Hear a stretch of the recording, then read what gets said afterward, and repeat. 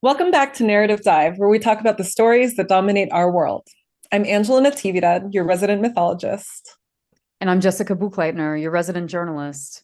Today, we're talking about boogeyman narratives. So, in this case, narratives where a central boogeyman is present and becomes a justification for actions.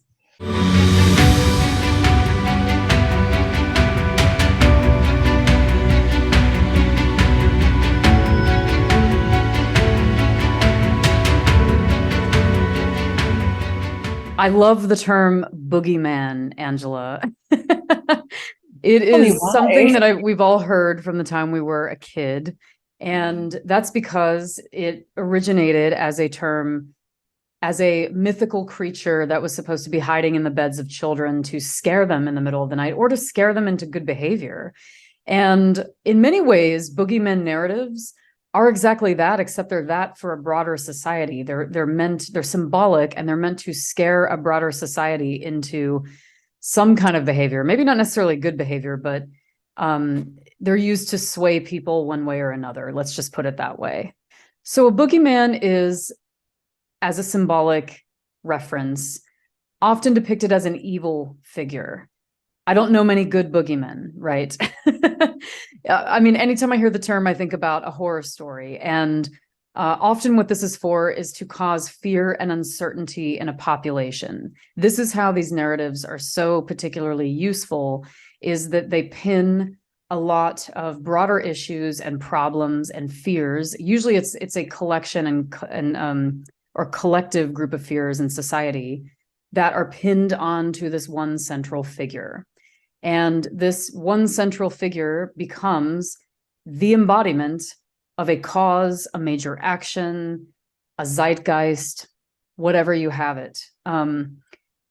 They actually arise from binary narratives, which was our last episode, where we were talking about how there are narratives that literally pit two terms against each other, good versus evil. Well, in this case, of course, the boogeyman would be evil. Not to mention that the term boogeyman is not exactly gender inclusive, whole nother topic, but I'm actually okay with the men being the boogie ones in this circumstance. I don't know about you, Ange, but they, they generally tend to have been throughout history. Not that I'm trying to sound too feminist or anything, but hey. So I've mentioned a lot about geopolitics in introducing this concept to you.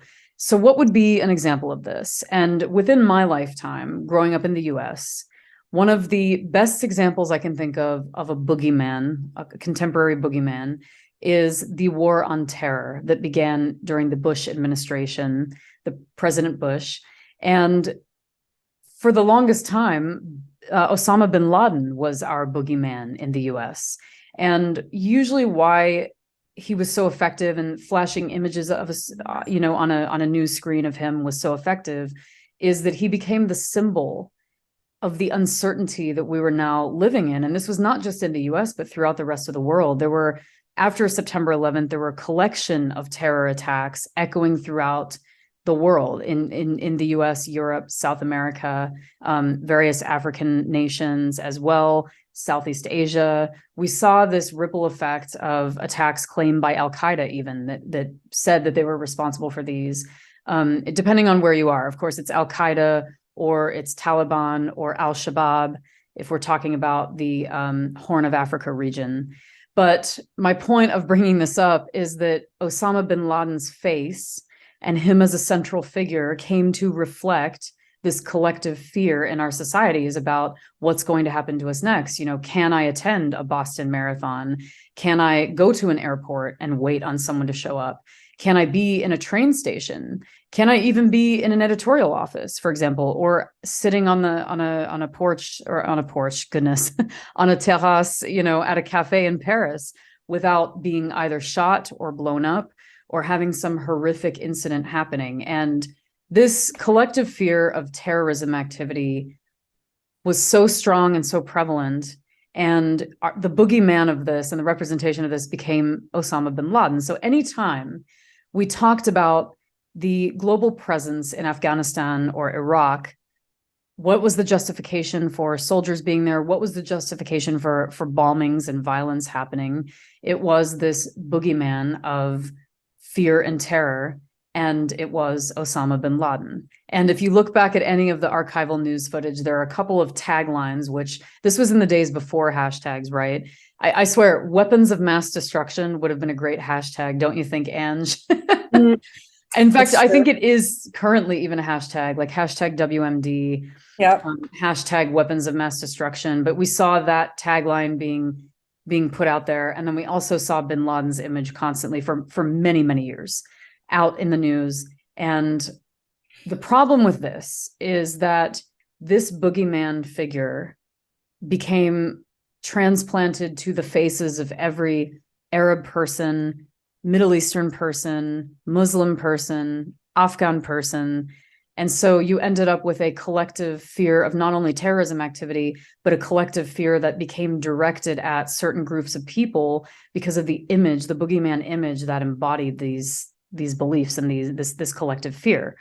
So that's the danger in many ways of boogeymen narratives, and making a central person the embodiment of so many other psychological factors is that it sort of calls out a group of people and bastardizes that group of people. It turns that group of people into a group that no one in society wants to interact with because they're either too afraid of them or they start to dehumanize them. So that is something to watch out about those narratives. The other thing that I want to point out is that conspiracy theories make excellent boogeymen. And that's because they stoke fear and incite rage, and they are stories that are not provably true. And they don't have to be provably true because they play on so much collective psychological fear. Basically, it's a zeitgeist of fear. The QAnon conspiracy, for example, actually motivated real murders, actually motivated people to protest in the streets. And we don't have a verification that this was actually ever true. So next time you hear a conspiracy theory, remember that this is just another boogeyman lingering out there for you. I really like these examples that you're giving because while you were talking, I was thinking about COVID and particularly the Asian violence that happened in the US, which is something that obviously I feel very sensitive to. So would you say that in the United States, mass shooters, for example, have a boogeyman effect? Definitely, yes. And much of that, interestingly enough, started around the time we started seeing the bin Laden image everywhere. And this started with the notion of mass shooting in the US. I mean, obviously, there was Columbine, of course, when we were younger. There was that experience. I believe that was in the late 90s, if not late 90s, early 2000s timeframe of the fear of school shootings. After September 11th, there was the DC snipers. And I don't know if you remember that one, where people were literally going to the grocery store and getting shot out in the open day. And then what happened is the media created a narrative of a white van, so that anytime the white van became the boogeyman. So anytime someone saw a white van, they drove away, or they were panicked, or they were afraid, because it was assumed that, the sniper was in the white van, which actually the snipers were using some other kind of sedan type car to shoot people and had nothing to do with a white van. So of course, now everyone knows that. I think I'm just going to say it. The terms are, it's a rapey van, right? Yeah, like I was going to say that white vans already had a boogeyman aspect in the culture. Like every time I saw them, I'd be like, gonna walk around that one. Yep. Every time you saw one, you thought of Ted Bundy and getting grabbed and thrown into the back of it and then ending up in someone's basement. So I think they really played on that boogeyman stereotype into the white van.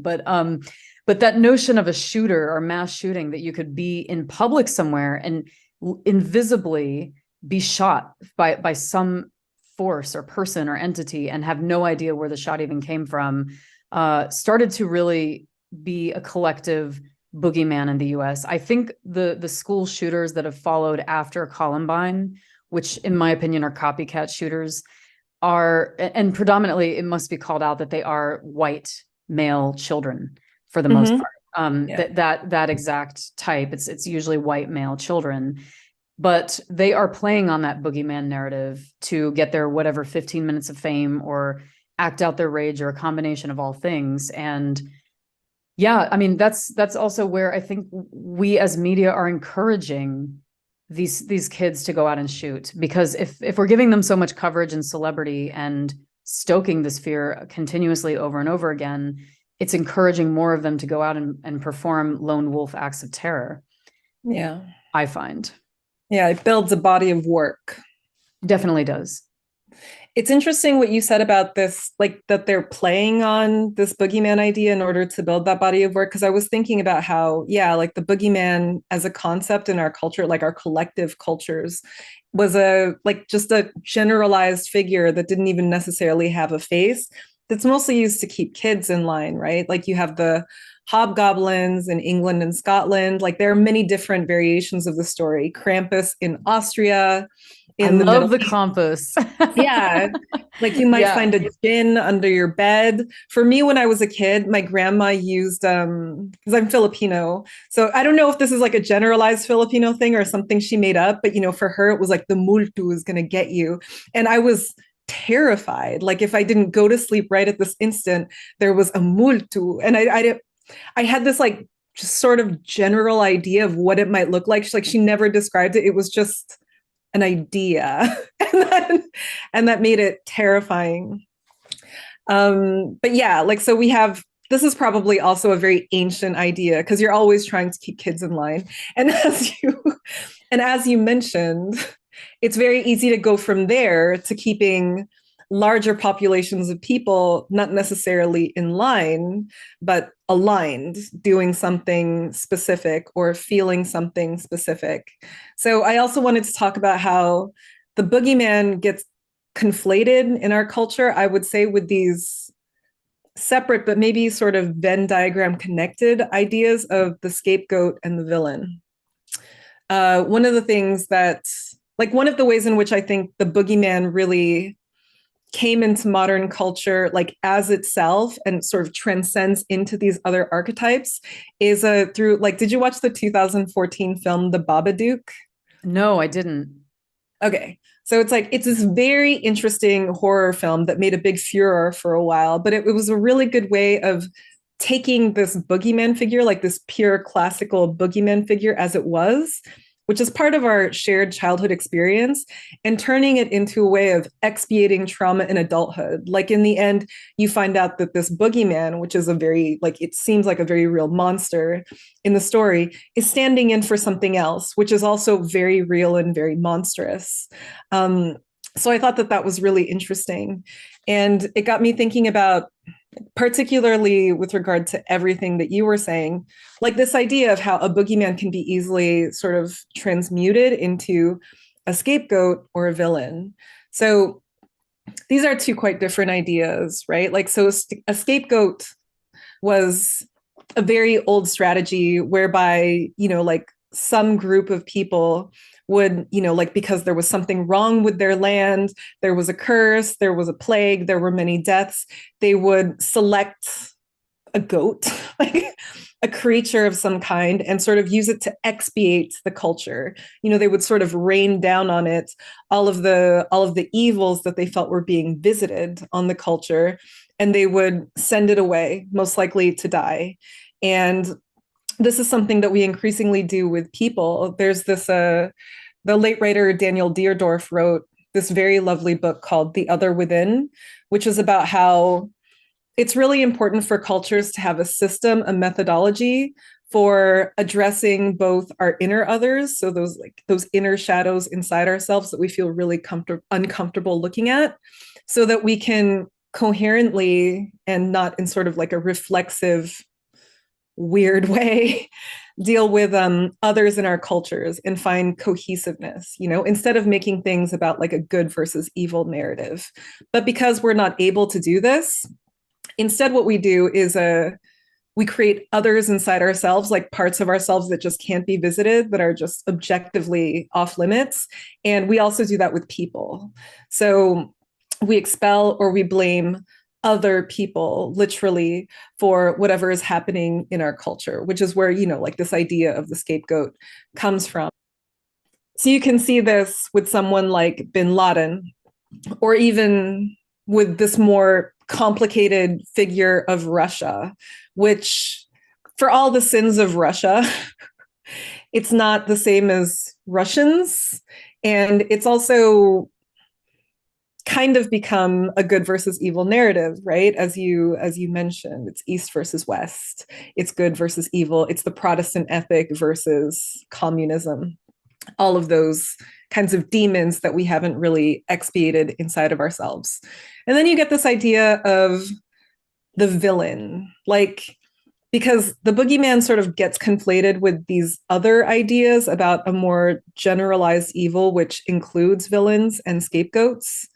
And it merits saying that boogeymen are very different from these things in the sense that they're designed to be shapeless.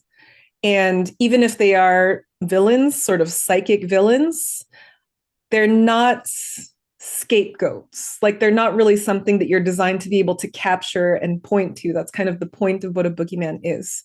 So I did want to talk about sort of like this idea of the villain, because I do think that it relates a lot to, like what we were talking in our previous episode about how we kind of turn binary narratives into stories of good and evil.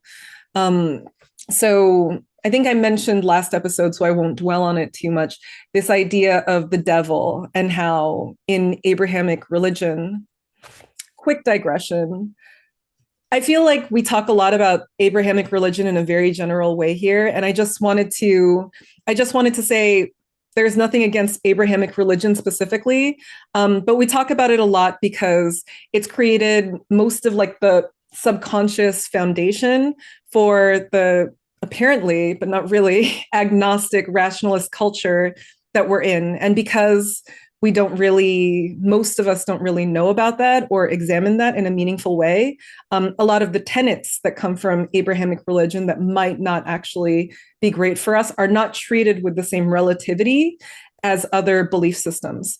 So, for example, Cartesianism comes from Descartes. I think we've talked about him before. Yes, definitely. Yeah, trying to prove that God existed, or like, the idea that we live in a three-dimensional world comes from the idea of the Trinity. So there are these really sneaky ways, like you can think about the Protestant ethic too, that Abrahamic religious principles sort of sneak into what we consider an agnostic, economically driven culture. So this is why we talk about it so much. Digression over.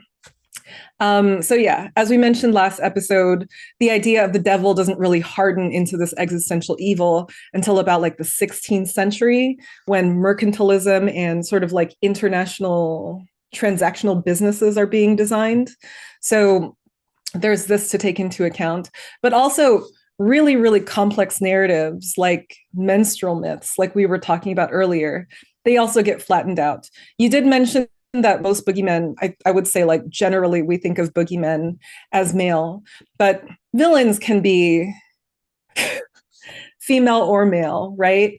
And a lot of the villains that appear in fairy tales, for example, like a Sleeping Beauty, or even the Garden of Eden, Snow White, Baba Yaga, they tend to be women that we sort of conclude are villains. Like the evil stepmother. Like we literally say she's the evil stepmother. And I don't know. Like I would say that the scariest Disney movie that I ever watched when I was a kid was Sleeping Beauty. Where you have Maleficent. She actually turns into this dragon and she's yelling about the powers of hell. Like that's still really shocking to me today. But as we discussed in the last episode, these entities were not actually designed to be hard villains. They were designed as initiators to represent a healing and harming principle. They were designed to be nuanced and sort of complicated. It merits saying that we've done the same thing with male villains. So to return to the topic of the devil, who we generally consider to be male, again, as we mentioned last episode, the devil was initially viewed as kind of like a trickster figure. Like sometimes he was bad, but not that bad. And sometimes he could even be good. And so it's worth taking into consideration what the function of a trickster figure is, because it's one of the oldest archetypes that we have. It super, super precedes written language, or literature.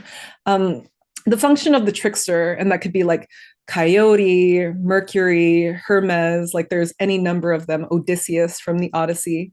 The function of the trickster figure is this person who's not necessarily immoral, but amoral.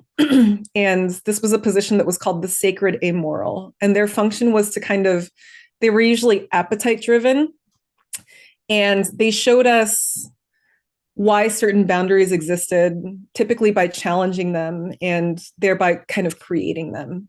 And this was really interesting for two reasons. One, they sometimes create necessary boundaries, and two, they challenge boundaries that are perhaps not that necessary. So there's sort of like this chaos right on the fringes of the status quo that drives everybody to grow. And you can feel good or bad about that, but it is a kind of necessary archetypal figure. So all of this is to say that the trickster figure is necessary in the sense that it's nuanced. That's the way that its function operates. But when you take a trickster figure, like let's say the devil, and convert it into a pure villainous evil, that function breaks. It can no longer operate in that way.